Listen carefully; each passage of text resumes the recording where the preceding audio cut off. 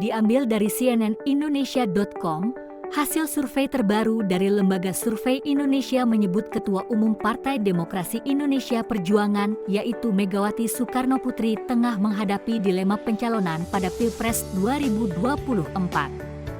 Megawati yang juga diproyeksikan sebagai kingmaker atau penentu peta politik pada Pilpres 2024 dinilai tengah berada dalam dilema terkait posisi capres maupun cawapres yang akan diusung.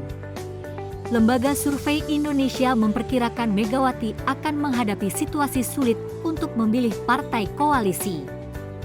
Pasalnya, dari hasil survei yang dilakukan, Partai Demokrasi Indonesia Perjuangan dinilai hanya memiliki dua pilihan, yakni bergabung dengan Gerindra atau Koalisi Indonesia Bersatu. Pada pilihan pertama, PDIP harus merelakan dua kadernya, yakni Ganjar Pranowo ataupun Puan Maharani sebagai cawapres pendamping Prabowo. Berdasarkan tingkat elektabilitasnya, Ganjar tercatat berada di urutan pertama dengan 25,8%. Kemudian Prabowo di posisi kedua dengan 23,9%. Sementara Puan jauh tertinggal dibanding keduanya dengan 2,9%. Selanjutnya, Lembaga Survei Indonesia menilai Megawati juga tengah menghadapi dilema terkait sosok kader yang akan mendorong dalam Pilpres 2024.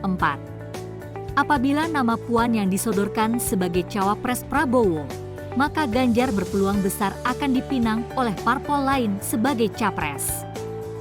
Kendati demikian, Megawati dinilai tetap mengalami dilema apabila menyerahkan Ganjar sebagai cawapres untuk Prabowo.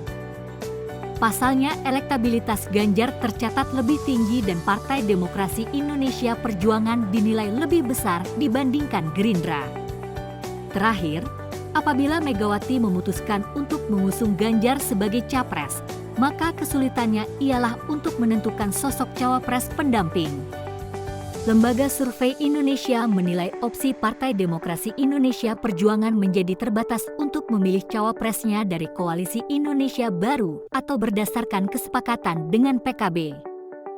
Pasalnya mustahil akan berkoalisi dengan Gerindra lantaran Prabowo masih tetap ingin menjadi capres. Sementara opsi cawapres dari PKS, Demokrat, dan Nasdem juga tertutup karena mereka telah mengusung Anies Baswedan sebagai capres. Survei Lembaga Survei Indonesia dilakukan pada 10–19 Oktober 2022 lewat riset kuantitatif terhadap 1.200 responden di 34 provinsi di Indonesia. Riset kuantitatif dilakukan dengan wawancara dilaksanakan secara tatap muka dengan margin of error sebesar kurang lebih 2,9%. Sementara riset kualitatif di bulan Desember 2022 dilakukan dengan analis media, focus group discussion, dan in-depth interview. Terima kasih sudah mendengarkan berita Muria Raya. Dukung kami dengan cara subscribe, like, serta share agar channel ini semakin berkembang.